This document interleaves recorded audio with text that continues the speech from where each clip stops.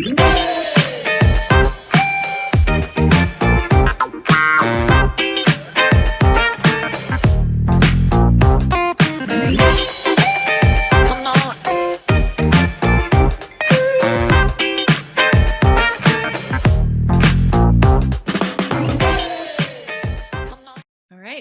to the Autonomy Do It Live podcast for the first week of season 7. It is Saturday, March 19th, 2022.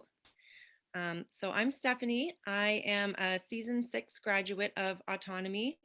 I would love to tell you all how much it's improved my life in a little bit, but first I wanted to play something from Joshua, who usually hosts the first couple weeks of Do It Live each season, but was unable because he's just so busy hosting about 5 different conferences right now.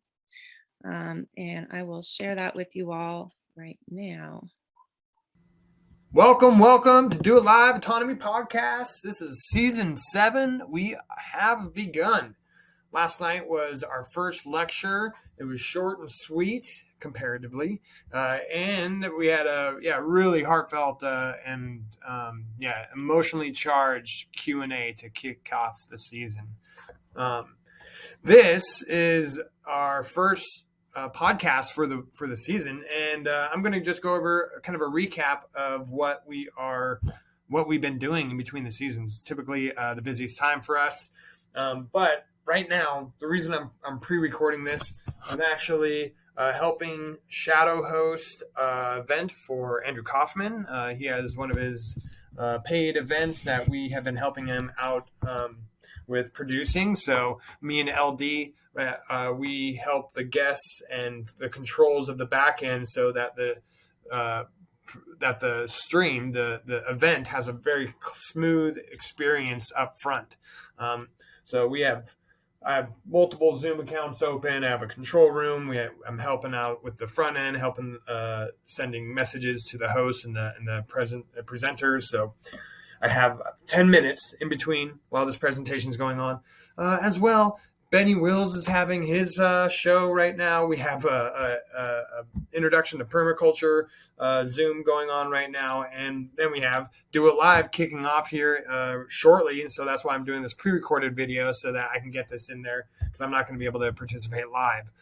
So yeah, I'm managing 5 Zoom accounts this morning.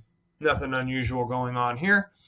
But I wanted to kick us off and just highlight some awesome things that we've been up to in the last couple of months in between seasons. So we went to Florida. My family and I met up with Richard, Lisa, and in there is TJ, Amanda, and Pablo. They came down and we had an awesome student autonomy dinner, and it was really great to see the local people over there.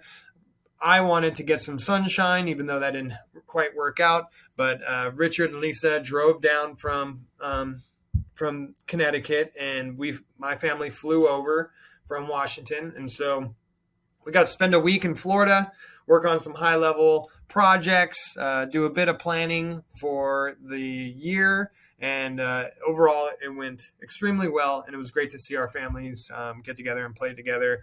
And my 3-year-old daughter is a big fan of Lucas, Richard and Lisa's son, and so it was really great to see them play together. That one project that we were working on was getting the Agora marketplace really fine-tuned. You can get here by going to the autonomyagoramarketplace.com, and this is a storehouse of the courses that we have had part in building, and this list is going to be growing tremendously. So come check it out. There's some free courses, there's some paid courses. Everyone is like special in its own right, and so go check it out for the whole thing. But I wanted to focus in on Stefan Verstappen's Complete Guide to Forming Communities, because this is something that I've personally been really putting a lot of time and development into, is building a local mutual aid group in my community. And so we helped Stefan produce this course the last fall, and so far it's up and available for purchase. You can go from the Agora Marketplace and check out his landing page, check out some videos, and see what the course really pertains in. What's really amazing about it is that he has studied mutual aid groups throughout history and how people have survived throughout the collapses of societal collapses, and he gives a framework, a structure that really goes hand in hand with the Freedom Cell framework, because he provides the charters, bylaws, and meeting protocols in order to really make your group solidify with a great foundation that you can build off of. And so I've implemented this in my local area, and we now have our mutual aid group in action. We've been meeting for about 3 months now. It's called Cascadia Compass, and Stephanie is actually in our mutual aid group, so I'll let her describe it a bit more in detail.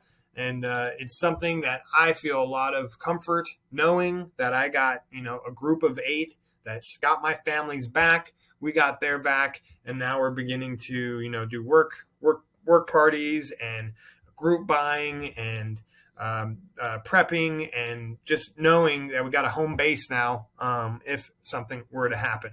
So I'll let Stephanie share her experience with that. But moving on, we have Grand Theft World. Grand Theft World has been a pivotal part in the getting the word out there of, identifying what the issue is that's going on around us, to be able to understand clearly the situation we're in so that we can act accordingly. And we just had episode 71. So we've, week by week for the last 2 years, we have been going over current events and organizing that information, removing contradictions, showing contradictions, letting you decide for yourself, what is going on in the world. And it's been a really fun project to help out with, as well as, informative and a way to keep tabs on what's going on with the world, so that, I don't have to be guessing on what I need to prepare for. But we've had some really great guest speakers lately. Most recently, Richard Gage came on talking about his 9/11 information. Monica Perez came on, and we also had Patrick Wood come on and talk about technocracy. I think we got the next 3 or 4 weeks booked out with some really big names. So stay tuned to Grand Theft World Sunday night for those announcements to see who's going to be coming on as guests for that. Also on Grand Theft World, as you'll see over here in the top bottom right-hand corner, if you go there, you can get Richard Grove's Freedom Vault. This is something that we just created recently to storehouse Richard's research and his information. And so you can click on that, and it's free. You can come down and log into this, and you'll get access to, it's essentially a product, a course that has all this bonus content in there. Richard's an Acapulco presentation that I think Stephanie will be playing a clip of. The Ultimate History Lesson with John Taylor Gatto, a link to Richard's blueprint towards a New World Order document by Mr. That Guy, Global Strategic Trend Summary, the DARPA DAZEC document that is very eye-opening. And even on top of all that, it's jam-packed full of good information and, evidence and presentations. Richard just did a presentation with Foster Gamble. It was one of my favorites I've ever seen. Richard does kind of a timeline walkthrough of the last 300 years of how globalism and those players have gotten into position in order to have a say in the direction of where things are going. So I really recommend you checking that out, and we'll see if Stephanie has a clip to kind of showcase that. Honorary mention, Benny Wills just started his 3rd season of Parrhesia. This is a really great thing to be following, because Benny joined Autonomy, I think, in season 3, and came up with this idea. And Autonomy Unlimited has been helping him produce this, getting his tech stack ready, his landing page, opt-ins, webinars, and then helping him host his courses. So he's currently in his third season right now. We'll see if Chris wants to jump in and share his experience with shadow hosting Benny's course. And Benny just came to us, and he's got a baby on the way, and he's ready to delegate and really make this thing, start raising an elevation so that it can support him and his family, and he can continue to help out people out in the world. Another one that's just going on right now, people in autonomy can jump in and go experience. Oh man, it didn't do it. This is the introduction to permaculture with Melissa Miles. She is teaching this inside of autonomy, and this is going to be a product that's going to be in the Agora marketplace here soon. We're also helping out Andrew Kaufman build his first course. It's going to be called On Detoxification, and it's going to be a live hybrid course where he's going to walk people through how to do detox methods and fasting, and he's got a really unique take on doing it all. He's currently doing this fasting, and then in a few weeks he's going to finish the production of this course. So stay tuned for that. I think that's it. Yeah. So stay tuned for more. Thanks, Stephanie, for hosting our first Do It Live Autonomy podcast. And I look forward to catching you guys live next time. Right on. So he had a little technical difficulty in there too, so I don't feel too bad. Doing it live. So yeah, we're rocking and rolling in season 7. It's super awesome to get to meet the new students. We had a meet and greet last week, and then just this past yesterday, we had our very first actual lecture in the course. So we're starting to learn about, why we haven't necessarily taken off in our careers or entrepreneurial ventures or projects yet in life. And then we can start putting in the pieces on how we can just kind of take off like a rocket. There's been some amazing experiences I've had inside Autonomy season 6, where if I was just left to my own devices and my own thoughts, I never would have had these breakthroughs and ideas and connections and resources inside of Autonomy that have completely leveled up my life. So I'm just going to give a little preview of what the podcast will be today. I'm going to tell you a little bit about my experiences with Autonomy, just really briefly, and then we're going to see some of that meet and greet that we had, so you can kind of see some of the players inside the course. We're also going to look at maybe a slide or two from the lecture from last night. It's just really valuable information. Not going to give it all away for free, but just kind of give you a taste in case you've never been through Autonomy. You can kind of see some of the stuff that we're starting to learn on the very first night. We're also going to be looking at some of Richard's content, as Joshua mentioned. He was at Anarchapulco virtually. And so I've got that one queued up to show you guys some of the value that he provided there to those ticket holders. And there was something else inside the Freedom Vault. You got to go to that Freedom Vault. You got to go to grandtheftworld.com and click on that little pop-up that says Freedom Vault when it comes up. It's the most amazing collection of free resources I've ever seen. I was kind of shocked that they were giving that away for free. Just kind of stuff that can help you put the pieces together about how we came to this point in history, as well as, like Joshua said, some presentations that can help you decide where to go from here, knowing all that incredibly revealing history. So like I mentioned, Autonomy has completely leveled up my life. The Parrhesia course that Joshua just showed, Benny Will's Parrhesia, I didn't realize that was kind of formed during his experience in Autonomy season 3, but that's kind of exactly what happened to me. Is going through the course last season, I had some little breakout rooms with some people, put some ideas out there, and it's just such an amazing group of people with really valuable experiences and insight that they kind of took some of my ideas and molded it and added their piece. And then I was also put to work on a client for one of Richard's clients in Autonomy Unlimited, and have started a whole new venture, completely different from what I had in mind, but it never would have occurred to me. So I've been working in media relations with Richard. I see one of our clients on the call here.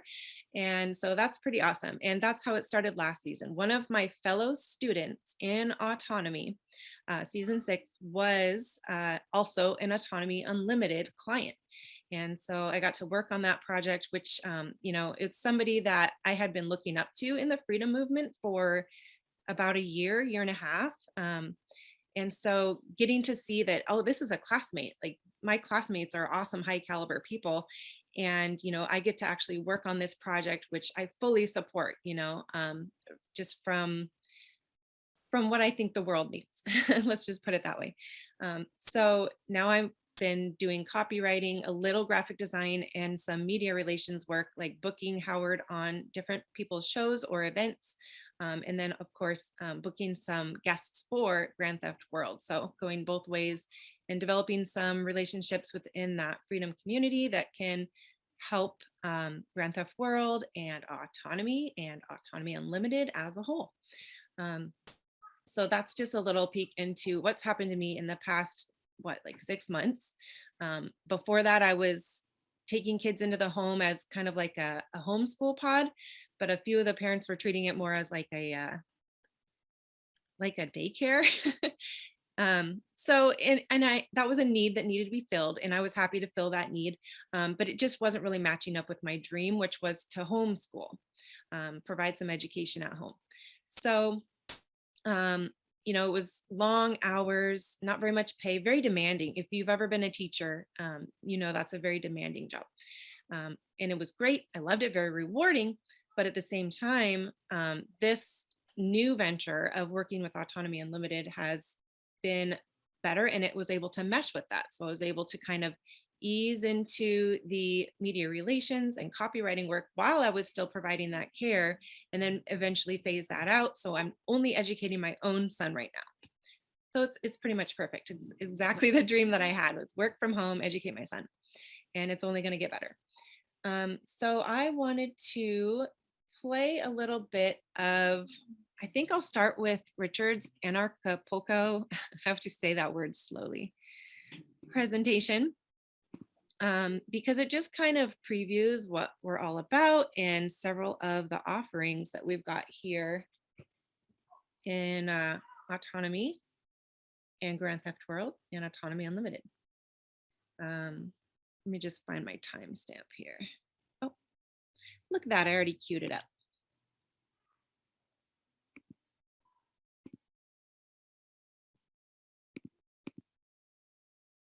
There it is. All right, here we go. Here's Richard at Anarchapulco. If I was in a person, you couldn't see all the things I'm about to show you.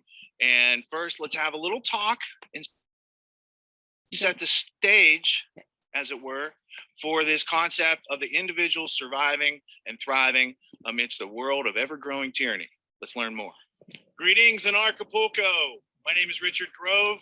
Thank you for the invitation. Thank you to the organizers.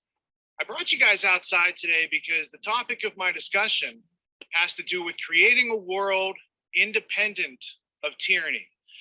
And the story starts with the individual and the struggle to survive and thrive in nature, to gain the knowledge, the experience, the skills, the intestinal fortitude to be able to survive and be self-reliant, and then to come together with other people volitionally to work together to create community and society.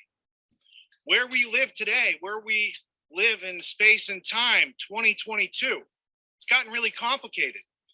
Many of the institutions that surround us and have power over our lives are ill understood. So I wanted to bring you outside to start with the basics.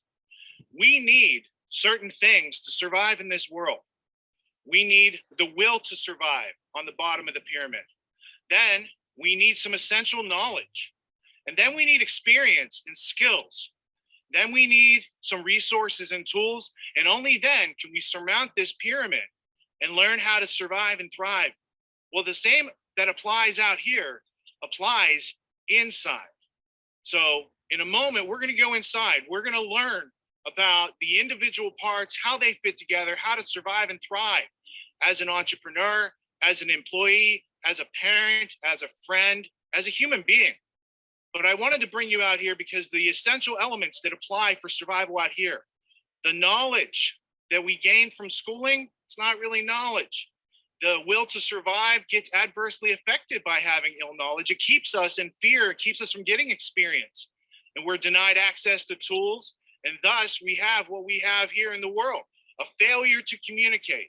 And I think with a little communication today, we're going to learn a lot about critical thinking, about bringing that understanding to the market, and how to get this fact-based, truth-based reality based on things that actually exist back into the public society. So let's go to my office. I want to start with the individual parts that are some essential books for understanding how the world works. And with that, we'll start our journey. All right, I promised you something different. I've never done this before at any of the other presentations or talks that I've given. This is my workspace. This is where I answer email. This is where I edit video. This is where I record some audio. This is where I do tutorials. But this is also where I keep some of these books here that are the good individual parts that one needs to start formulating a coherent understanding, not only of the problem, but something that leads us toward the solutions in life. So let's check them out. So for me, really, the individual parts started coming together when I started reading books that were off the beaten path, that weren't prescribed to me by school or university or even my employers. I started reading and pursuing my own interests. And what I discovered was there's a lot more credibility to these sorts of concepts that we're going to be discussing. The undermining of the individual through the school system and taking away education, the usurping of independent liberty through nonprofit foundations that from the top down change our society. It all starts with reading a few good books to build that knowledge layer above the will to survive. So let's take a look at a couple of these individual parts that I find to be very insightful as to how the world works. All right, so I'm going to pause it and skip ahead. You guys, he goes through so many awesome books, and I still haven't gone through and watched it a third time yet to write down the titles, but I'm going to hopefully, buy as many as I could afford. This is quite the collection here, but I wanted to show you guys this one. Fabian Socialist, a lot of other Aldous Huxley works, but I wanted to point out this book, H.G. Wells' New World Order. It's not just an open conspiracy. Wells wrote this book for the elite, for the other people on the shelf, writing other parts of the plan. He was one of the constructors of that which I've pointed out now in my research for 15 years. Go to the top shelf up here. These are the foreign relations of the United States during World War II. This is the Round Table, the British Round Table. The Anglo-American establishment had a history. These volumes represent that history in detail. Before World War I, all the way up almost to when the Americans get into World War I, we're covered. Lord Grey's autobiographical works and the intimate papers of Colonel House, 4-volume set by Charles Seymour.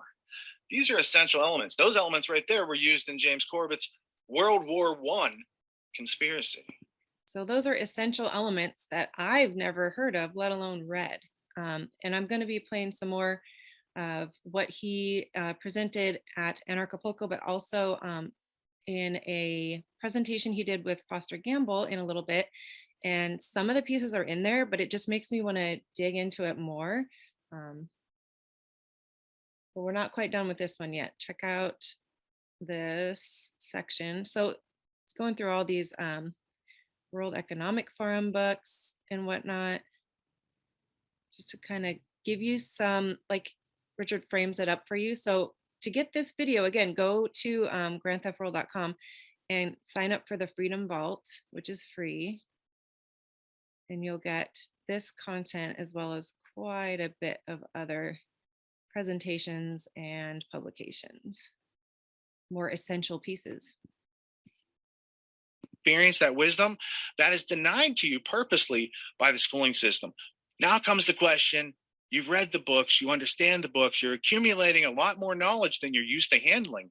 You're going to need a system of how to incorporate, encapsulate, correlate this causality that you're now coming to understand. Where can you store it? How can you share it? Where can you keep your resources for easy future reference? Let's check out the history blueprint. All right, in this last part, before we get to the solutions, right? We talked about the problems, I substantiated the problems, the evidence exists, you now know how to find it, then we're gonna work on solutions for the rest of my talk. But this part, this is where it all comes together. This is where I have encapsulated my learnings since 2008 in this particular model. I started researching in 2001, so that was 21 years ago. I started producing media in 2006, that's like 16 years ago. And I started this in 2008. The history blueprint is made with the Brain software. The brain.com has free personal thought orienting and mapping software. I just happen to have 10,000 entries in mine with 50,000 links, all specifically detailing the history of globalism, the New World Order, that which is seeking to eradicate freedom and economic prosperity for the greatest number of people on this planet now and into the future. This plan's been in action for over 100 years. The Club of Rome, which is what's on screen, it came around pretty early in this, like 1967, as compared to today. It was the progenitor idea of the World Economic Forum. So if you want to see what Klaus and the boys are all about at the World Economic Forum, look back to the Davos Manifesto. And I can actually show that to you on screen real quick. Here in the World Economic Forum's first 40 years, we can go back to 1973. We can zoom in to see the Davos Manifesto. So aside from having His Royal Highness Prince Bernhard of the Netherlands, a former SS officer for Hitler's Nazis, two developments distinguish this Davos meeting. First, Aurelio Pace, the Italian industrialist, delivered a speech summarizing The Limits to Growth, a book that had been commissioned by the Club of Rome, a global think tank that he founded and served as its first president. The study had caused a sensation after its publication in 1972, calling into question the sustainability of global economic growth. Then it goes into their love for Malthus and their code of ethics. But I just wanted you to see that the manifesto is brought to you by people who believe in population control, eugenics, and a whole lot of stuff that's not about freedom or justice or voluntary anything or non-aggression at all.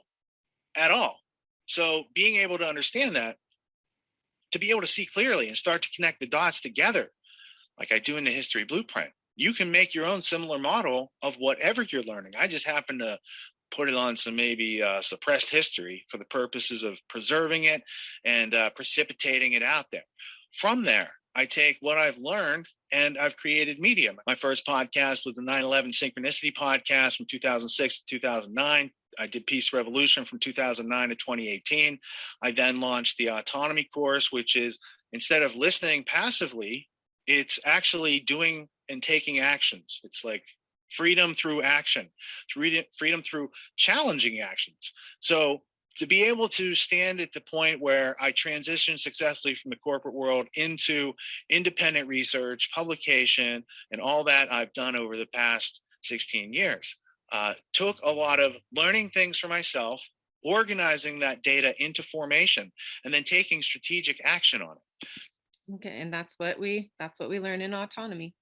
How to learn, how to think, not what to think, and like how to put that into action. So it's like all these pieces are given to you, and then it's your job to take action. Something he said in there, that whole part about the World Economic Forum, I've been wondering these past 2 years, like, how can I describe that they're not just this, and I hope we don't get censored. I better not say too much.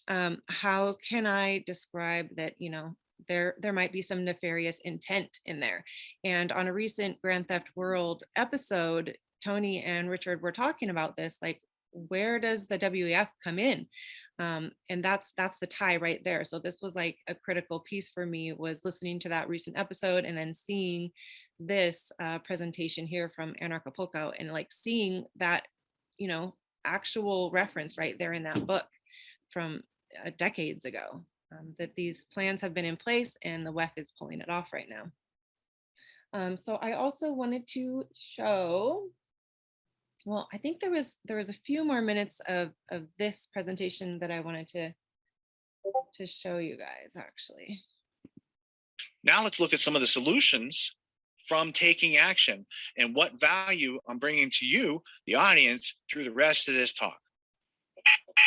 All right, in this studio, I do live streams pretty much exclusively for the autonomy course. So I lecture in here Friday nights for about 6 hours. The Q&As I do over in the podcast studio in the library where we just were. In here, this is where I help people apply some of the things I learned when I was in college. So as a for instance, I joined a franchise to learn house painting while I was in college. I invested $5,000 into myself. I learned how to book jobs, how to hire and fire, how to do sales, how to do customer service, all these essential elements of entrepreneurism that I wasn't getting from my university degree. I then took those specific franchise skills, those sales skills, the customer service skills, and I used them in the high-tech industry, selling enterprise software to Fortune 500 companies around the world. I made $1 million in that career using those specific skills. But those aren't the only skills I teach in autonomy. What I also teach you is how to survive and thrive and replace those elements of education that the Prussian schooling system removed from our body of schooling. To make everybody think alike and react alike, you have to take out the elements of individuality, of critical thinking, of creative problem solving. So we put those back in the autonomy course as well. Why don't you listen to this graduate? Her name's Anna, and she can tell you better than I can. And then I'll be back to tell you guys what you get just for sitting in on this presentation. I know there's other fun things to do in Mexico. I want to make sure that you are rewarded for this experience. Let's go to Anna. Ready for something crazy? If you spent time in the standard American school system from kindergarten through high school, you've spent 15,000 hours of your precious life in a classroom. Shocking. But yet, look at where we're at. Many of us feel totally ill-equipped to function in this crazy, overwhelming, hyper-competitive world. We get anxiety at the prospect of adulting, and entrepreneurship totally just feels like a pipe dream. This is the thing. I found a resource that has made the hugest world of difference for me and my journey of confidence, self-reliance, and success in an unpredictable world. It's called 19 Skills for Success That School Never Taught You. It's a free resource that I consider to be totally priceless and has taught me many of the skills I need to know to be flexible and to succeed in a world full of uncertainty. Who knows what the next few years could bring? I believe that you were made for more. And if you could succeed without these tools for self-reliance, wouldn't you have done it already? So what Anna is referring to there, we actually got some exposure to last night, just kind of a little preview of what it'll be. And then as the course goes on, we're going to learn each one of those 19 skills in depth. So I just lost my browser window.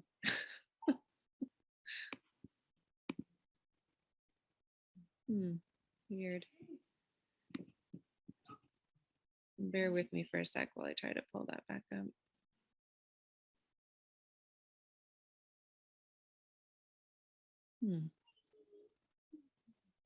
That feeling when you have everything queued up and then it all goes away with a click of a button. So while I pull that up, you know, Joshua had mentioned the Autonomy Agora Marketplace and how that's going to be growing soon, along with all of the clients that we're helping with Autonomy Unlimited services. And one of those clients is on the call. Ron, if you'd like to share a little bit about your offerings. Oh, I can't hear you. Looks like you're muted. I'm muted. There you go. All right. So yeah, I'll just say that I'm a professional coach and a teacher, and I wrote a book called Uncompromised. It's the idea is, how do I help people live the uncompromised version of their lives, right? Go within, get quiet. I talk about my trinity being self-knowledge, self-respect, and self-government. And then now you're living as a free man or a free woman in the world. And we need many more of those folks in order to create the world that we're all looking to have. So yeah, I'm doing some work with Richard and Joshua and the gang, including you, Stephanie, to create an accountability program that I'm going to be doing for the sort of a value add for the group in season 7 that I'm taking part in. So I'm really looking forward to that. I've had my I don't know what you put to the why would you ever put your nose to the grindstone? But I'm working. I've been hustling the last several days to put together something that I think is really going to be very useful, because we tend to think of accountability of, well, come on, Stephanie, just do it. Just get serious and do it. And you're like, okay. And I actually want to add a little. Hold on, let's grab this here. I've not liked what are they called? Assessments, because nobody wants to go, oh, I'm a D, and boil yourself down to I'm a D, or I'm a humor type, or whatever they are. But I printed out this thing from, what's that gal's name who does the birds? Oh my gosh, it's on the tip of my tongue. Yeah, the eagle and the parrot and the dove and the owl. Well, anyway, I at first was like, I'll watch this, like to learn. But then I went, oh wait, I really like this, and I'm going to jump back into this accountability thing, because what happens is, this may be a little tease for what's coming for everybody, but we tend to say, come on, Stephanie, you can do it. Or if you're like a nurturing person, like, Stephanie, oh yeah, you can do it. But what happens is, if you're just bringing the heat or the cool or the spaciousness of who you are naturally, or your default way of being, there's a few things we're missing. One is the person that you're actually trying to coach or help to do the thing that they need to do in order to get the result gets lost, because we become kind of like a one-note Charlie here, where we just do what we know how to do in order to get people up over that hill. And people will only go so far because, oh, Ron said so, or Richard, almost said Richard Gage or Richard Grove. I'm with him, and he's a high flyer, and I'm gonna. It's like, yeah, but then what happens is your old patterns kick in, and then you're gonna lose it all, and you go. So what I'm really wanting to do is unpack in this is, okay, beyond you getting psyched up, or me asking you, oh, you want to lose 20 pounds, eat the lettuce, go for a walk. Yeah. This is why people are still overweight, because we all know we need to eat lettuce and go for a walk, or whatever the thing is. So how do we bypass all that? How do we recognize the programming and the conditioning, and then push all that aside to find ourselves in here?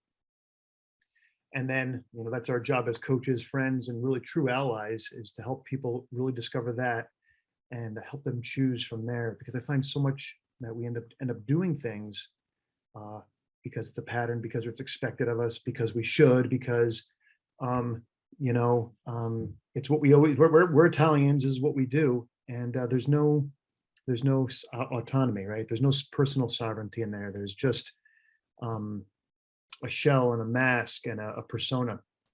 And so my work is to help people discover who they really are and live that out. And what I'm going to be doing is sort of a condensed course to help people hold really true accountability, so they can become more coach-like with those that they mean to help, to include themselves. So yeah, a lot of cool stuff to come, and I'm looking forward to doing the class. That's great. Looking forward to that. Yeah. Now that you mention it, I do think that I had heard a little snippet about how you were going to be providing that to us as your fellow students. That's awesome. Thank you. Yeah, you're welcome. That's what I need, is a little extra accountability. And I think a lot of people do. Well, to touch into yourself. I mean, like I said, everybody knows to eat lettuce and go for a walk, and everybody knows that they should do the thing that they know they should do in order to get the thing. But what happens is you get overwhelmed with 1,000 things going on in life. And, what I'm really appreciating about autonomy right now is just with John Gatto's work, and, Richard is just hammering it. We are just so programmed to be helpless and wait for somebody else to take care of us. And that is just not going to, create a free society. Yeah. So, makes all of us have it puts into sharper focus the work that we all have to do if we're going to be the remnant and recreate a more free and peaceful world. So. Be the what? I said to, I don't know what I said, except for to create a more peaceful and loving world, because that's what we want, is we want to be free. And, to me, freedom is ultimately about self-expression. And so anyway, I'll stop there. Otherwise I'll end up doing the seminar now.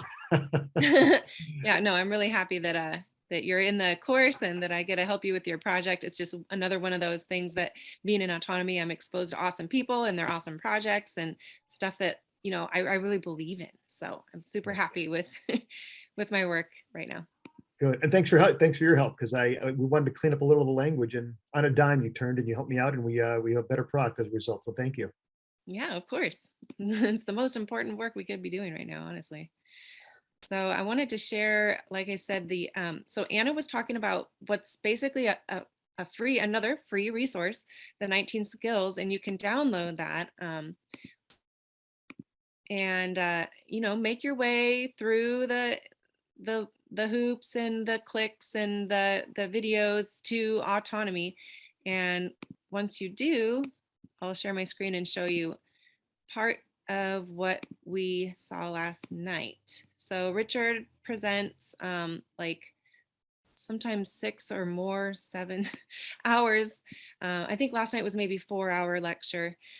And we just get a ton of value. Like I take a ton of notes, and then we get to ask a bunch of questions afterwards. And on Sunday morning, it's all dedicated to questions.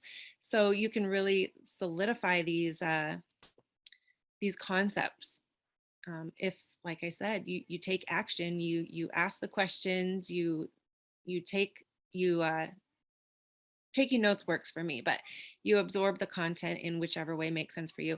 So the 19 most valuable skills. So these are the ones that Richard talked about when he went to college, but he didn't necessarily learn them in college. So when I first got into autonomy, I didn't really know, like, why am I going to be learning about sales? And it's just become really clear to me that that's something that we do every day, all day. Even when I'm talking to my son and trying to tell him how he needs to like go outside or, you know, take his vitamin C. It's all sales. And it's all about helping somebody else. Like, what do they actually need that I can provide for them, or that I know somebody else that can provide? So listening and solving problems. And that really resonated with me. Like, oh, that's what sales is? Like, I would love to do that. So we learn how to do that and how to be an excellent communicator and be excellent to one another. So that's just a little preview of something that we learn about. But before I get too much into the course, I wanted to just show a couple more, like maybe one more clip from the lecture, and then show a little bit about our meet and greet, a few of the personalities this season. But I also wanted to kind of expose the audience to Richard's presentation that he did. He put together this amazing presentation for Procter & Gamble. Make sure I've got that pulled up. Oh, yes, I do. Stephanie, I got to step out, so you're just going to see me Sure. leave. I don't want to interrupt. Oh, okay. Thank you, Ron. Thank you all. Ron's got to get back to work. Fighting for the future of freedom. So I'm going to share my screen once again. This presentation is so much information. It's so awesome. It's another one where I need to sit and watch it like 3 times with a notepad, I think. It's about like self-knowledge, like Ron was just talking about his 3 pillars with self-knowledge, self-governance, and one other thing I can't remember. But the way that they talk about, so the topic of this conversation that Richard Grove is having with Procter & Gamble is education. The means, the motive, and the opportunity for the personalities, families, trends that have kind of robbed us of true education and put schooling in its place. So it's like the how and the why of that.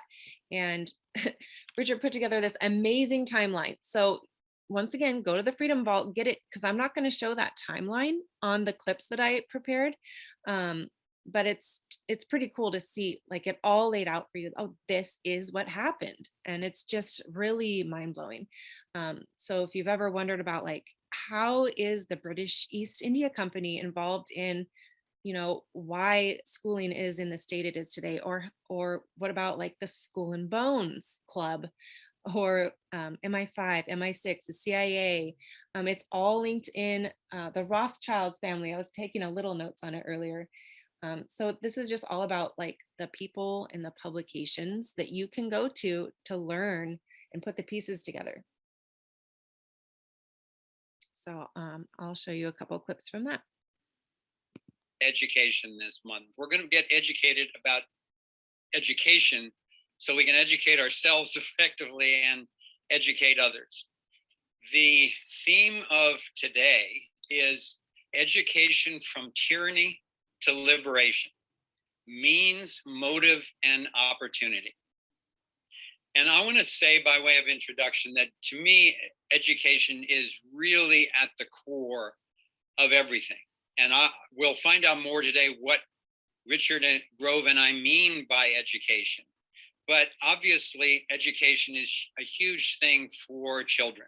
You know, the most vulnerable amongst us, the future of our planet, depends so much on the education that they get access to.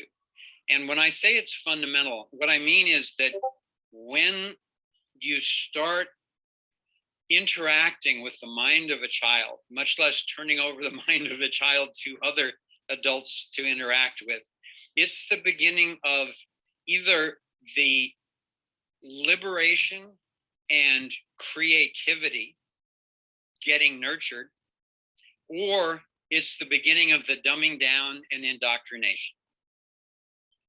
But I want to be very clear that when we're talking about education today, we're not talking about just teaching kids to do reading, writing, and arithmetic. We're talking about the learning process for all human beings, and that's of all ages. So I want to start by, this is a 7 levels deep, and this is the first. All right, so that's the general framing. When Richard comes on, he, like I said, has this awesome timeline that he prepared specifically for this presentation. And part of that traces how some of the money behind these forces came from the opium trade, like a pretty strong foundation of these forces.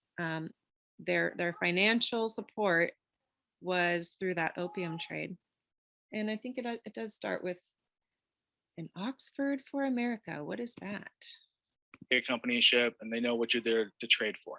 So there's this bond, if you will, between the big wealth of the East Coast families and the British Empire that survived the revolution. It survived the Constitution. So early on in America's history, there was an Oxford University is a 1,000-year-old university. It's the heart of the British Empire, and the future of the British Empire is trained there. They wanted to create an Oxford for America. So it was gifted by this guy, Elihu Yale. Yale University is the Oxford for America. Elihu Yale was an official for the East India Company. And there's more ties to the opium and Yale than just Elihu Yale's money coming from that. There's that's another one of the undercurrents. I also wanted to point out the archives at Yale. You've got the British East India Company records. It's not like they keep those things in England. They keep them at Yale, the Oxford in America. The Order of Skull and Bones. Yale University is formed in 1832. In a couple of slides, we'll get to what's the synchronicity of 1832. Why would this group show up at that Oxford in America in that year? It's pretty interesting. We'll get to it in a couple of slides. I wanted to point out that the way that Skull and Bones comes to prominence is there's this character in history called William Huntington Russell. He's the corporate founder of Skull and Bones and the Russell Trust, a tax-exempt foundation in 1856. Now, he's the descendant. The Russells are part of the Boston Brahmin families, these wealthy families. And though he wasn't personally in the opium trade, his cousin was doing that. That's where the money came from. So the acquisition of these, the Perkins family was another opium producing. The history of American opium families is fascinating, because you might have seen some of their relatives become presidents. So to understand the power and the currency traded at that level in such amounts is really telling where these robber barons come from a little bit later in the 1800s. Yeah, they don't just trade in currencies, they trade in power. pretty interesting. Like you said, it's a fascinating history. I wish that Richard's brain model was like in my brain and I just had all this information at the tip of my fingertips. But it's pretty awesome that being a part of this community, we do have access to those resources. I can go to that brain model, and so can you. I feel like a saleswoman right now, and not in the sense that I was just speaking about, but I really am amazed that that Freedom Vault is free. Like the brain model's in there. So much information. So this is another interesting part of history that Richard presented on in this presentation, having to do with Pearl Harbor. Let's see, what's my timestamp? 119. We'll go from here. Around the same time as this British infiltration into America, the United States goes to war with Japan. Got 3,000. It's like a 9/11 out there in Hawaii, because they said 9/11 was like a new Pearl Harbor. So that was like their 9/11 of the day. Now, interestingly enough, the Standard Oil Rockefeller oil depots at Pearl Harbor for all those ships and planes, all that stuff untouched by the Japanese. Just saying. So the United States is at war with Japan. They no one could have foreseen this, unless you're British intelligence running the spies who are planning the operation and not telling America at the same time. So John Cecil Masterman was a director of MI6, Military Intelligence Department 6, Section 6, for the Queen, or the King of England at that point. The double cross system in the War of 1939 and 1945 is Masterman's memoir. And in there, he says that they had an agent, that he had this questionnaire. He's working for the Japanese. Pearl Harbor would be the first point attacked, and plans for this attack had reached an advanced state by August 1941. Obviously, so this is MI6. They know all about it. They're running the spies that are doing it in Germany, in Japan. It's fascinating when you read what they wrote. Obviously, this is Masterman quoting. Obviously, it was for the Americans to make their appreciation and to draw their own deductions from the questionnaire rather than for us to do so. Nonetheless, with our fuller knowledge of the case and the man, we ought to have stressed its importance more than we did. With the greater experience of a few more years' work, we should certainly have risked a snub and pointed out to our friends in the United States what the significance of the document might be. But in 1941, we were still a little chary of expressing opinions and a little mistrustful of our own judgment, because they're saying they hadn't been working with American intelligence very long because they had just created the OSS at that point, right? So they didn't want to say, hey, by the way, we're running spies all over the place and you guys are going to be attacked and our guys know about it, because they don't want to let them know the bigger picture. So those 3,000 lives in Japan that were sacrificed because they could have been prevented, it was there to build the special relationship between America and its former enemy, the British Empire. And boy, has that relationship been bolstered.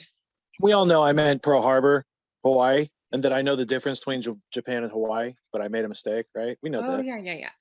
Same It's with like when you earlier, interpret what the president says and he really meant this, right? When he says something else. Everybody's very forgiving of that. So, yeah, I wanted to also show, so you can also see some clips of the Ultimate History Lesson with John Taylor Gatto in this Foster Gamble presentation. And Foster also has some clips that he shows of an interview he did with John Taylor Gatto.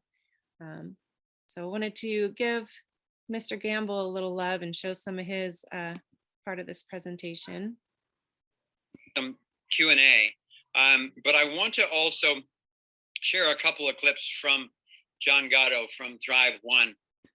Before he does that, I want to just read this quote out loud since it's a little cut off. Indoctrination is believing a set of information to be true without having found the answers for yourself. Richard Grove. John Gatto was obviously a major mentor and friend for Richard. He also was for me. I personally have been, fascinated with education my entire life. I was an elementary school teacher in first grade and fifth grade way back in the 70s. And my children went to alternative schools. Some of them, for a few years chose to go to public schools and see the contrast. I've been really interested in what really is education. And so I actually brought John Gatto back in the 70s and the 80s to my kids' schools, to the Peninsula School in Menlo Park, California, it's probably close to 100 years old now. It was kind of the first original alternative school. It's an elementary through junior high school. And then also when my kids went on, one of them went on to Crystal Springs School in San Mateo, I brought John in there for a lecture that blew everybody's mind, and I think really helped a bunch of people catch on to the whole game of education, the pitfalls and the possibility. So let me go on to, this is a very short clip with John. We were interviewing him at his place. He has unfortunately passed away now, for those of you who are not familiar with his work. We were interviewing him for Thrive One back in, I think it was 2009, and they had an electricity failure. We had to interview him in his gazebo outside. You'll see he has like 5 layers of clothing on, but nevertheless, it's the incredible John Gatto. I don't think you can pursue the path of education beyond the immediate locale you're in unless you know yourself. You will have proclivities, you'll have lenses. Some of them are built in biologically, many of them by your early training. And no major philosopher in human history, there are no exceptions, who think about the training of the young, don't come to this conclusion. Way back, probably way before Plato, but he's very clear on it, and Aristotle's clear on it, and Hegel's clear on it. Self-knowledge is where it's at. Know what you're capable of, know what your boundaries are, and then your education comes in enlarging those boundaries. And as you do, you get freer and freer. So if you're a grandparent or a parent out there wondering, okay, well, what do I want my child to get out of their education? That's square one. Here's one more. What gives me hope in spite of this repressive system is that I see the green shoots of human possibility coming up everywhere in Huntington, West Virginia, where no one ever ate off a tablecloth, or in Palo Alto. I mean, people are taking back the direction of their own lives. And what, after all, do you have? It's to write your own script it's just the highest. It's got to be the highest goal of a human life, writing your own script. And writing your own script is the antithesis to this. The great need of industry, as long as it's based on fossil fuel and machines that run best around the clock, is that people consume around the clock, that they convert their resources into consumption, and the credit system arises so that when they've exhausted their resources, they can mortgage their time. So the enemy of this is a life defined by values, a life defined by possessions or prestige is wonderfully predictable. Hence, these infinite gradations that schools divide, for the kids' own good, of course, into classes, and then you divide the classes into the favored and the disfavored and the people on the edge. You mount the papers of the favored over and over again. This not only convinces most of the kids not even to bother to compete, but it does something wonderfully important that the Prussians understood as well as Julius Caesar did. It divides children, young people, from their natural allies, and it refocuses their attention on the giver of benefits. Now, 1 year, 2 years, that'll work on many people, but 12 years over and over and over again, and the people who escaped slightly. You've got another 4 or 5. As a matter of fact, I saw in yesterday's paper that the average American college student takes 6 years to graduate. So you've got another 6 years work. And then, of course, if they go to graduate school, and those are the people who are assigned the intermediary role of watching the population. I'm sure that this isn't a conscious thing, but to see where deviance occurs and then logging the deviance in a tabular and statistical form so that the deviant can be isolated from management, for one thing, and also isolated from people who could be influenced. Let's open up to. Sorry, that got really loud. So that moves into some more insights that Richard has in that presentation. And then Foster Gamble gives an account of going to his 50-year class reunion, which is something that a story that Richard was telling us about last night during our lecture. Kind of interesting who Foster Gamble went to school with and what happened at his reunion. So there was something that John Taylor Gatto just said in there that I kind of wanted to open up a discussion, if I may. We've got a group of people here on the call. If you're feeling like having a conversation with me and one another, just unmute. So I kind of keyed into what he was saying about kids being in school and that kind of competitive nature of them. So it's kind of like it's bringing it out, but also quashing it, because only showing like the best papers on the wall and this is what we're striving for, and the best, who's determining the best, makes it so that many of the kids end up just giving up, and which has a further compounding negative effect in that it divides those students from their natural allies, he said, and makes them dependent on the provider of benefits. This is hitting close to home right now for me because, like I was sharing, I've had so much joy educating my son, but he wants to try public school, and we're going to let him give it a try. Hopefully, it won't be too long lasting, at least not the 12 years that Gatto was just mentioning can really hammer a person down. But like I said, just I don't want him to be divided from his natural allies. Does anybody have any experiences with that or interpretations of anything that Gatto was just sharing, takeaways?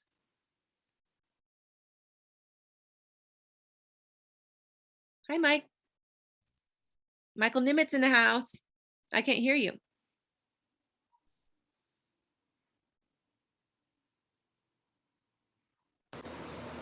Sorry about that. Is that better?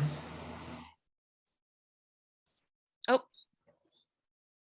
I heard some white noise. How's Yeah, that? Mike, we can hear you. Nope. Okay. Stephanie, can you hear Well, him? that's unfortunate. Stephanie, can you hear Michael? Michael always has some awesome insights. How about now? Can you hear me? No, you're not Can hearing me. anybody else hear him? I can't hear him. So, That's strange. yeah, Nimitz, I can hear you. I can hear Stephanie, but she can't hear you for some reason. Okay. Well, let's see. What can we do here? Well, let's see. Should I comment or should I wait until? Can anybody hear Mike? Yeah, I hear him. Yeah, someone type Everybody's- Stephanie.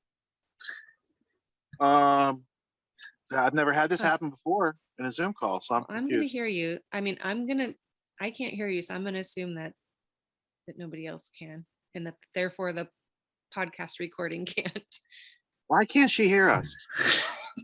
What can you do? Oh, wow. Let's see here.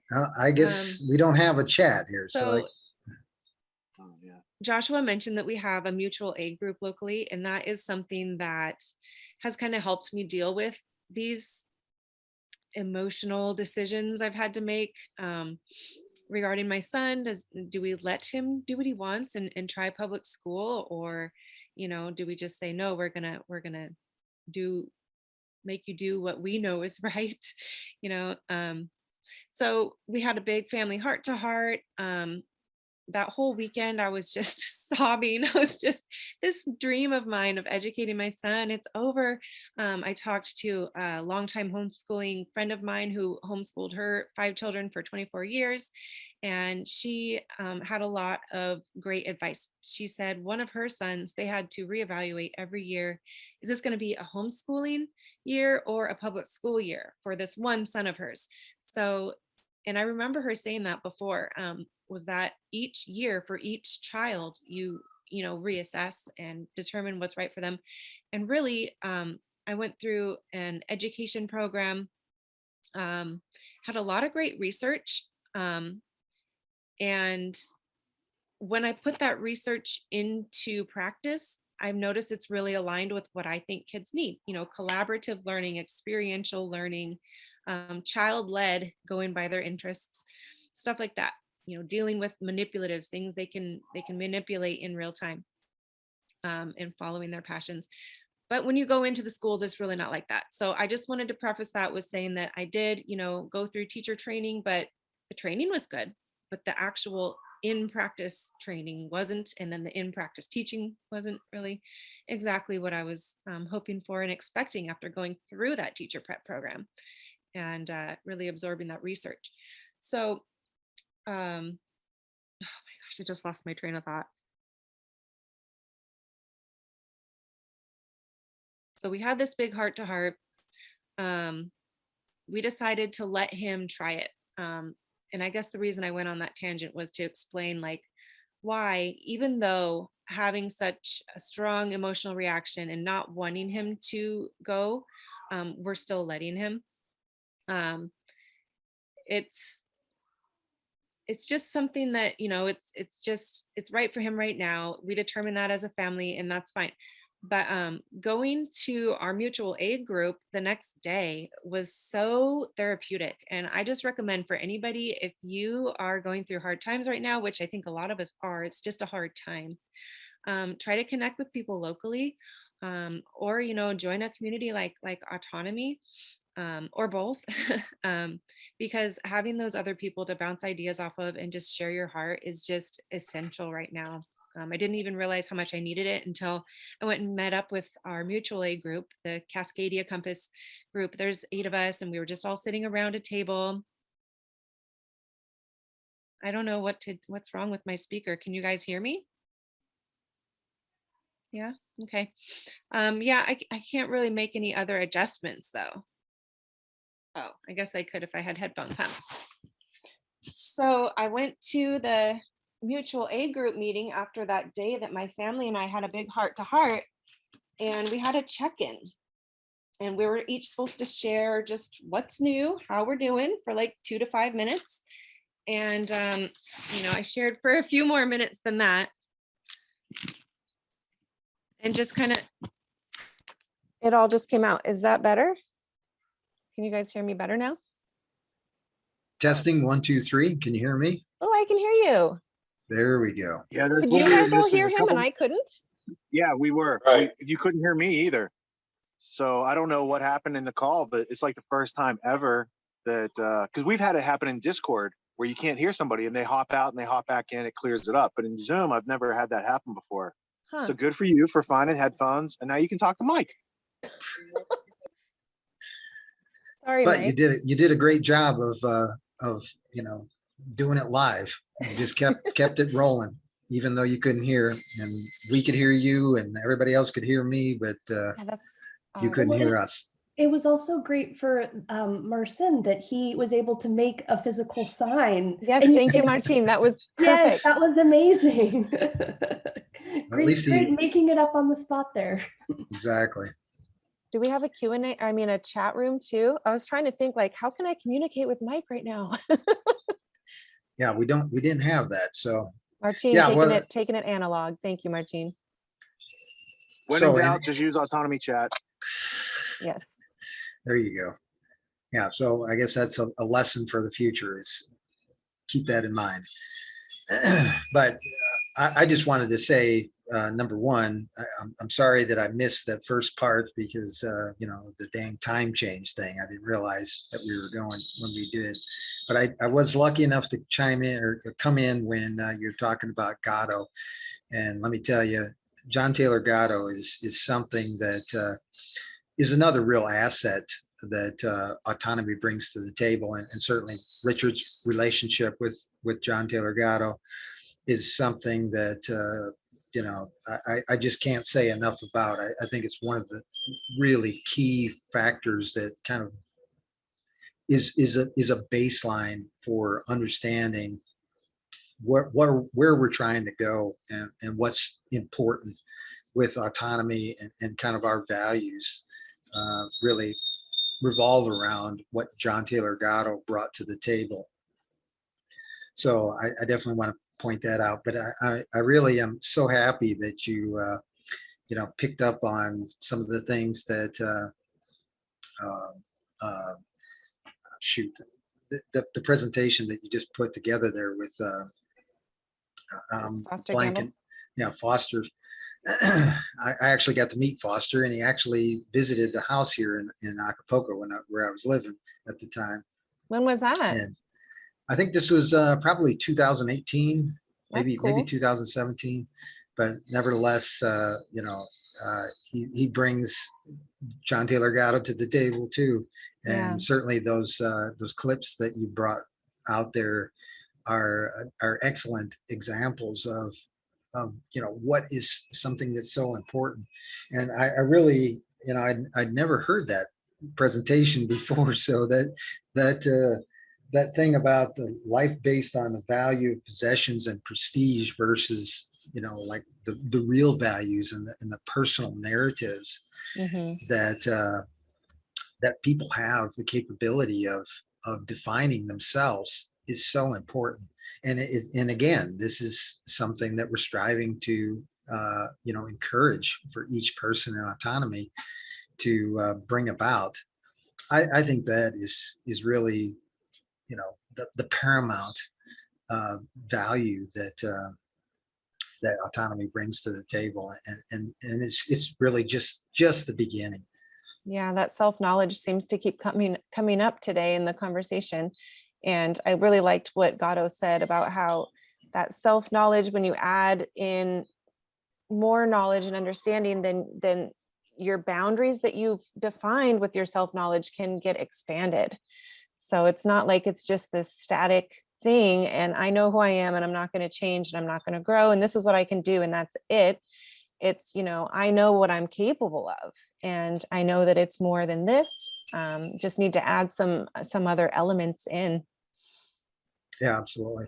For me, John Taylor Gatto's Underground History of American Education, the first version, when I read that, there's a particular chapter in that particular book, chapter 15, that talks about his first experience going into a classroom and dealing with kind of the bullies and the bad kids in the back of the room.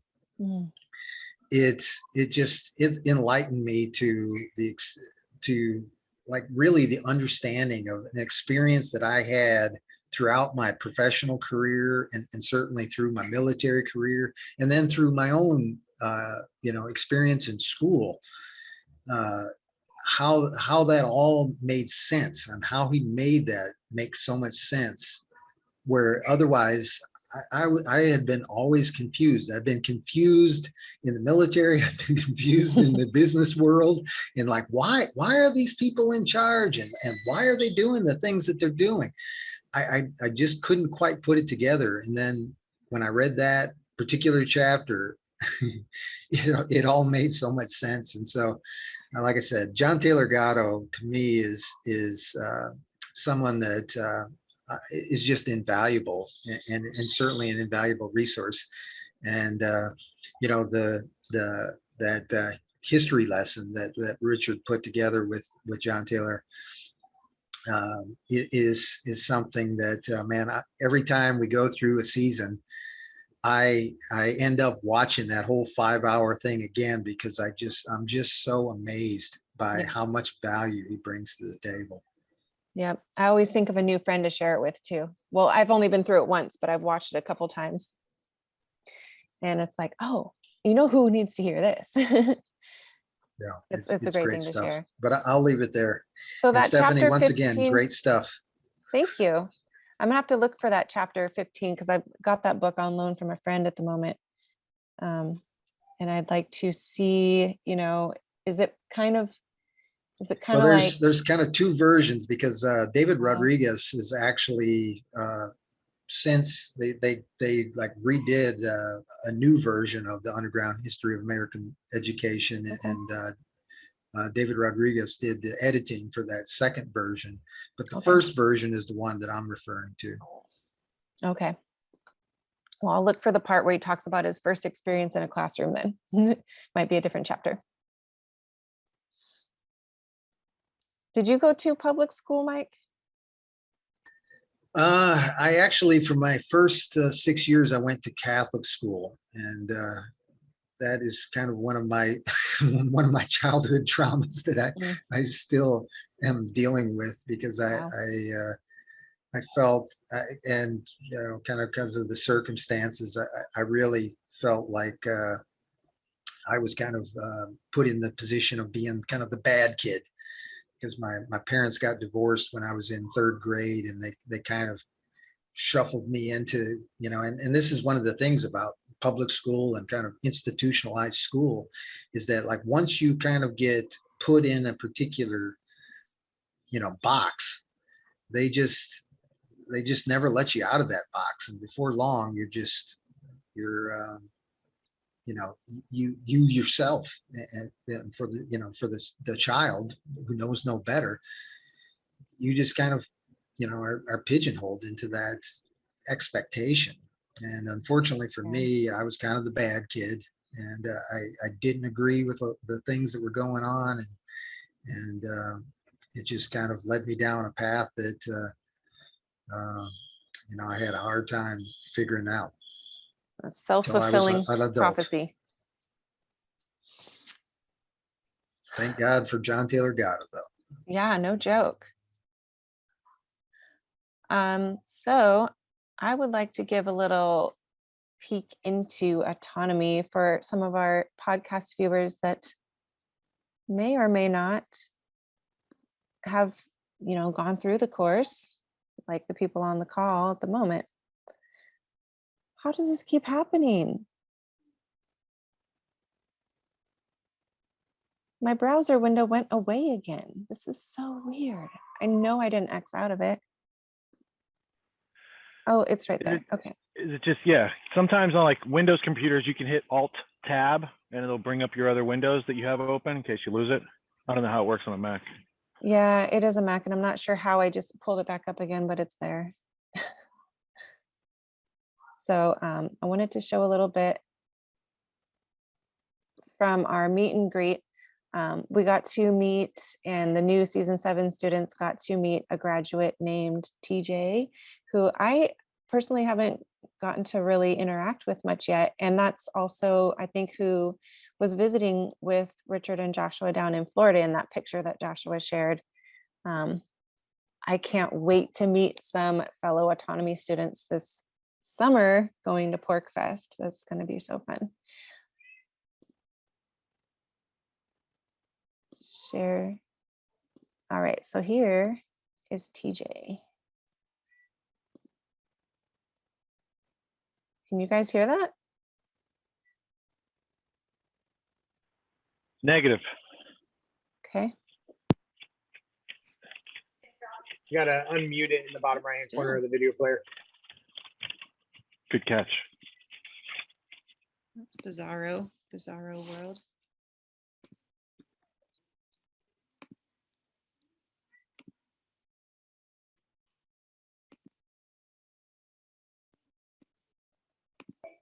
The video player if I do it on upon Chrome. entry, so you have to hit the volume on the bottom right hand corner. This is weird. Can you hear me? I'm gonna keep trying for a second. TJ has a really cool Can you hear me? story and some cool I was stuff. able, I can hear you, Joshua. Maybe Steph, can you hear us?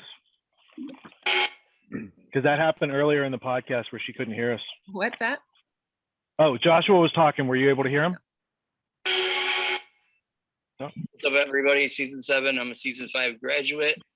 Glad to be here. Want to put my 2 cents in real quick. Just want to tell all of you that happy that you joined and that you're here, because autonomy was a huge difference maker for me. I kind of stepped away through season 6. Unfortunately, I have known a lot of faces that I don't recognize. But Now you're gonna have to do the interview role play exercise with them. you're damn right. Yeah. I'm excited to get back into the game for sure.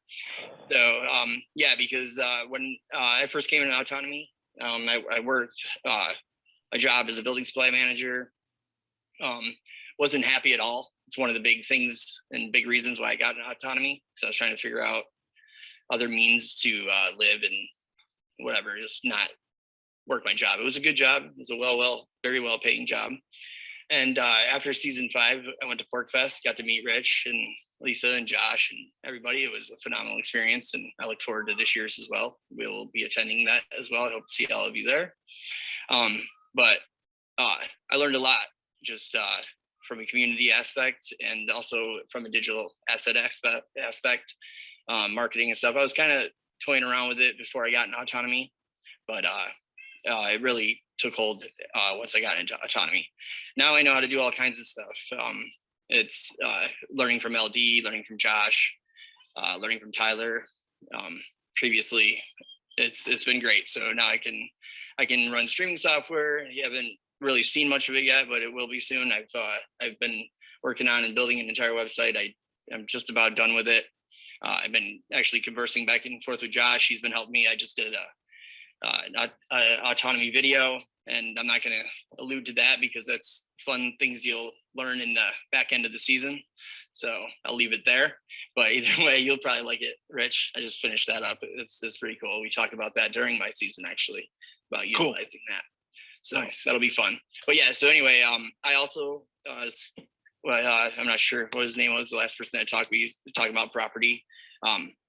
As most of the people that know me here, like I also have property that's going along very well as well. I just actually got back from there last night. I got my well put in. I got a bunch of the property cleared. I built a wood shed. I just rented a trailer, brought up a ton of wood that I got for free from my former job, and that's kind of what I was going to. I quit my job. I have no idea what I'm going to do, honestly, but I have the confidence that I can figure it out.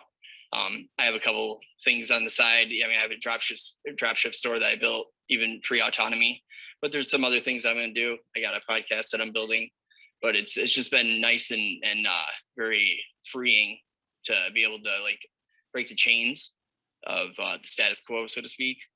I'm very fortunate that I did have a good job, that I was able to have some savings and stuff like that to be able to give myself some time to figure it out. But one of the biggest challenges of all was me just breaking those chains and actually taking the leap of faith. And I'm 2 months into it, obviously. And it's slower than I like. And that's why I'm excited that season 7 is starting up, because I was extremely motivated in season 5. And I feel like I lost a little bit of that. Like in season 6, I kind of sat out while I was trying to figure things out. And now I'm back. So I'm excited to get to work with all you guys and get in the dojo and do some workouts with some interviews and stuff like that. And I'm going to need it too, because the premise of my podcast is going to be about solutions and interviewing people about solutions. So yeah, there's no shame in not getting it all the first time. There's no shame in coming back later because you sat out a season, any of that. Like, that's what smart people do.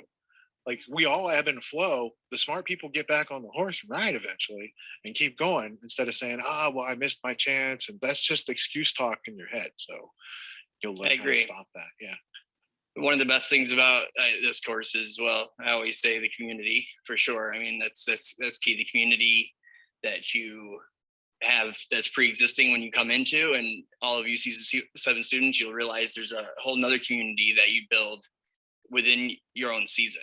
You know what I mean? Like, you really like build relationships and build friendships and stuff like that are awesome. And they're they're priceless. So especially in the times that we're living in, I mean, with the weird isolation of things, it's nice to be able to like come to a place of like-minded individuals, and that all have like a mindset of a culture of excellence, which you'll learn a lot about. You know what I mean? But overall, this community brings in people that want to succeed and want to push and strive towards being a better person and being a better individual and a contributor to society and their community around them, in this community and in real life. And I think that is very valuable and, well, priceless of value. I mean, like, you can't, yeah. So like, I'm very grateful for autonomy, and I'm be grateful to get back into it this season for sure. And yeah, that's my 2 cents for the most part. Now, you're one of the few, the brave, who has gone through this course with your spouse, Amanda. Right? Yes. So yes. how has it changed your relationship? Has it made you guys crash and burn, or has it put some like air in your balloon?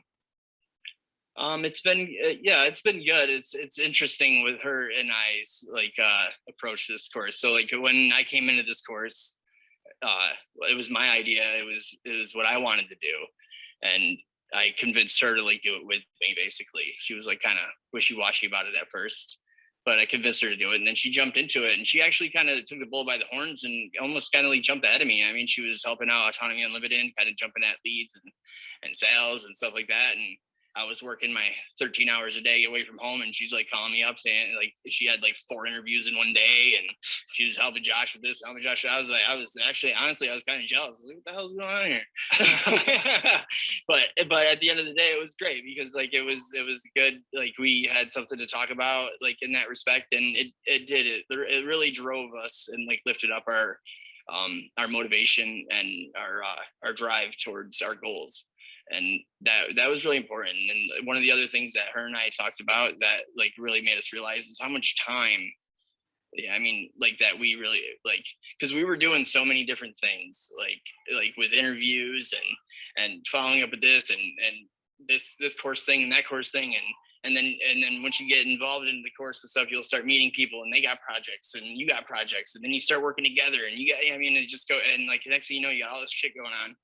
And you're like, whoa. And then when this season starts tying down, you're like, wow, like what was I doing for the last 5 years? I mean, with all that time, like, I mean, I was just like working on 3 projects. I was doing this, I was doing that, you know, like I started this, I learned all this, and I'm still doing the same thing. I'm still like going to work. I'm still taking care of my kid. I'm saying, I mean, but like I'm fitting in somehow all this other stuff.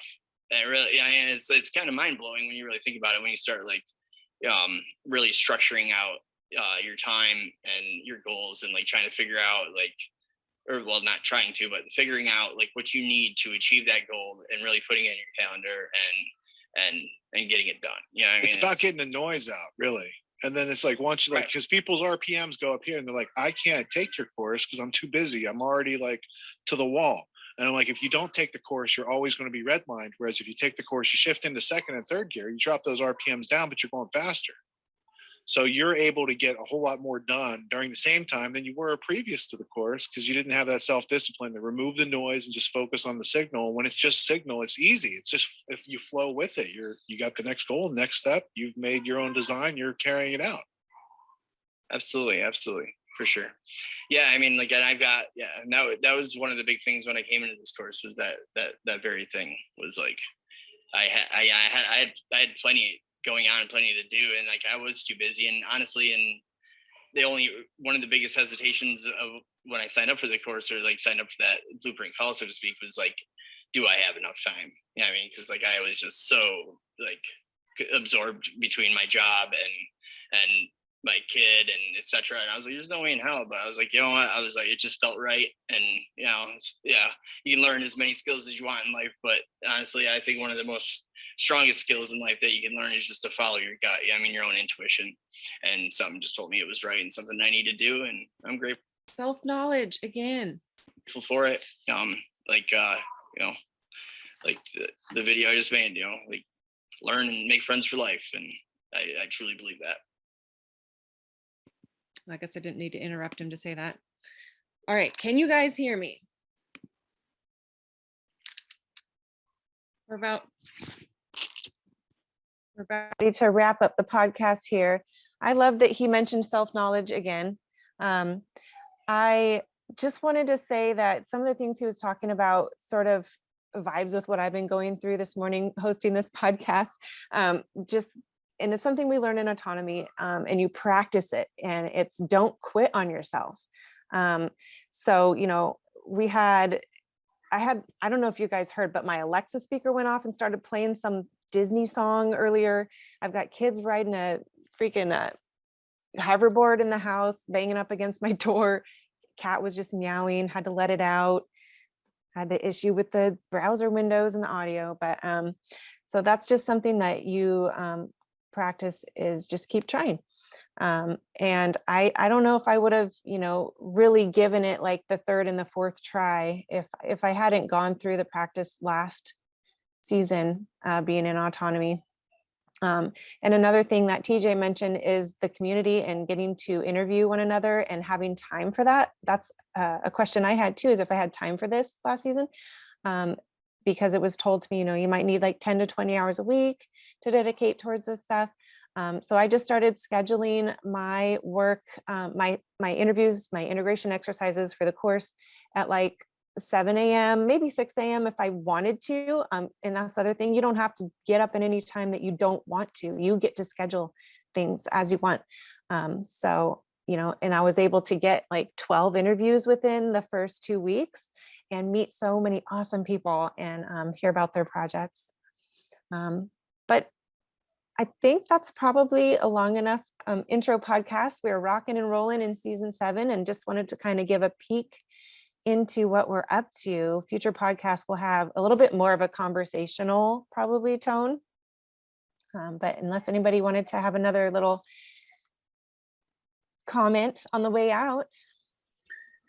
Well, I just wanted to say you hit another home run with that clip, because that is, you know, as someone that talks to a lot of people, I've got my own course that I end up interviewing a lot of people and you know, assessing their ability to you know, take on another project and something that is, you know, self-knowledge related. And, you know, for most people that I talk to, that's the number one thing that they say is, I just don't have enough time to, you know, improve myself. And unfortunately, that is the biggest problem, and certainly one of the things that you know, we've got to overcome. Is in a lot of cases we have been programmed and we've been conditioned to you know, all these distractions and things that you know, eat up a lot of our time, and we don't necessarily really see that. Mm-hmm. But it's like in that clip, you know, where TJ's talking about, you know, like when it comes to these high value interactions and these high value skills that we have, but we've got to take the time to uncover. It's not that clear to see because of all these other things that are going on in our lives that in a lot of cases are really just distractions and are kind of things that have kind of creeped into our value system, and we just see them as important, but they're not really that important at all. And here again is really some real prime value when it comes to autonomy, is this ability to start to see what is really valuable and what isn't so valuable. Yeah, that reminds me of the let's see, it's the F word, I'll say truck, the truck budget concept that we learned about last night. Like whatever you don't care about, just don't budget for that. So yeah, just like don't give your truck bucks to something you don't want to give your time and energy to. And there's other methodologies that we'll learn about too, like Pomodoro. I think that's one of the names of one of them. So time management, I've just completely renovated, I guess is not the right word, how I use my time. I used to get up in the morning and maybe like scroll through my social media or whatever for a little bit. Now I get up and I do some yoga and I'm like, okay, what do I need to get done today? Then I allow myself to maybe look at what some people are saying and fill my head with some news and whatnot. But That's just one example. Yeah. And then just scheduling things, like I got myself a planner last season, and little things and big things, and then general overarching methodologies that we learn in the course that you can apply to the little things and the big things, make huge changes. So yeah, thank you for weighing in with that, Mike. And I guess I will play us out. Thank you for joining us. This has been the Autonomy Season 7, Week 1 podcast, Autonomy, Do It Live. And if you would like to get autonomy, go to getautonomy.info/ignite.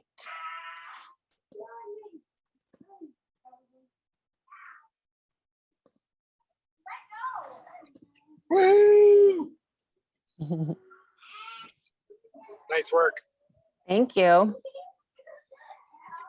I'm glad to see you didn't quit on yourself and you pushed on through it no matter what tech gremlins you had to deal with.